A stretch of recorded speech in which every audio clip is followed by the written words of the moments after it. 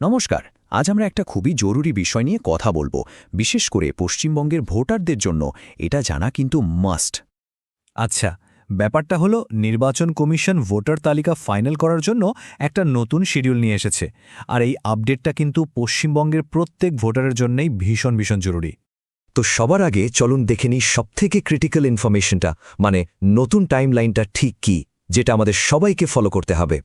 এই যে টাইমলাইনটা দেখছেন, এটা কিন্তু পুরো প্রসেসটার একটা রোড ম্যাপের মতো। দেখুন, শুরু হচ্ছে 14 ফেব্রুয়ারি থেকে। এই দিনের মধ্যে সব পেন্ডিং হিয়ারিং শেষ করতেই হবে। তারপর আসছে 21 ফেব্রুয়ারি, যখন অফিসিয়ালরা সব কাগজপত্র খুঁটিয়ে দেখবেন। এরপর 25 এবং 27 তারিখে আরও কিছু ফাইনাল চেকের পর একদম শেষে 28 ফেব্রুয়ারি ফাইনাল ভোটার লিস্ট পাবলিশ করা হবে। মানে সবকিছুর শেষে যে তারিখটা সবচেয়ে গুরুত্বপূর্ণ সেটা হলো 28 ফেব্রুয়ারি। এই দিনেই কিন্তু ফাইনাল, মানে একদম অফিসিয়াল ভোটার লিস্টটা কমিশনের ওয়েবসাইটে চলে আসবে।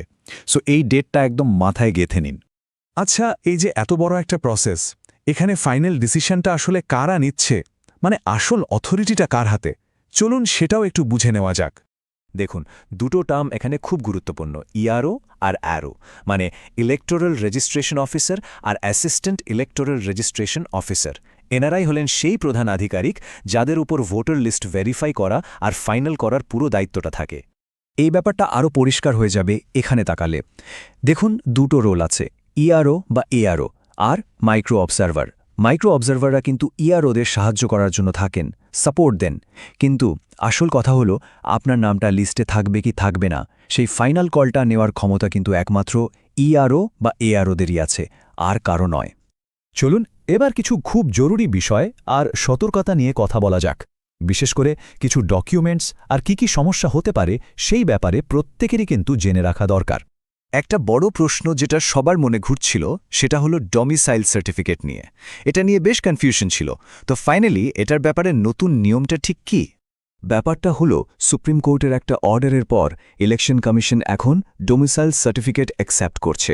তবে একটা কথা আছে, যারা আগে এটা জমা দিয়েছিলেন তাদের মধ্যে কয়েকজনকে হয়তো আবার হিয়ারিংয়ের জন্য ডাকা হতে পারে।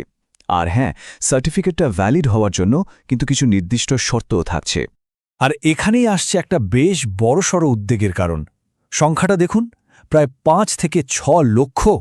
হ্যাঁ, ঠিকই শুনছেন, আনুমানিক এতজন ভোটারের নাম ফাইনাল লিস্ট থেকে বাদ পড়ে যাওয়ার একটা রিস্ক আছে। আর এর মূল কারণ হলো তারা হিয়ারিং প্রসেসটা কমপ্লিট করেননি। এখন প্রশ্ন হলো, যদি কারোর নাম বাদ যায় তাহলে কি হবে? দেখুন, এর জন্য একটা নির্দিষ্ট প্রসেস আছে। প্রথমত, কেন নাম বাদ গেল সেই কারণটা জানিয়ে একটা অফিসিয়াল নোটিশ সোজা বাড়িতে পাঠানো হবে। এছাড়াও স্থানীয় পঞ্চায়েত, ওয়ার্ড বা ব্লক অফিসেও বাদ পড়ার নামের লিস্ট টাঙানো হতে পারে। আর হ্যাঁ, লোকাল বুথ লেভেল অফিসার বা বিএলওর কাছ থেকেও ইনফরমেশন পাওয়া যাবে। তো এত সব কিছুর পর আমরা এসে পৌঁছলাম সবথেকে জরুরি অংশে। ফাইনাল লিস্ট বেরোনোর পর একজন ভোটারের ঠিক কি করণীয়, মানে অ্যাকশন প্ল্যানটা কি হবে? খুব সহজ কয়েকটা স্টেপ আছে। 28 ফেব্রুয়ারি ইলেকশন কমিশনের অফিসিয়াল ওয়েবসাইটে যেতে হবে।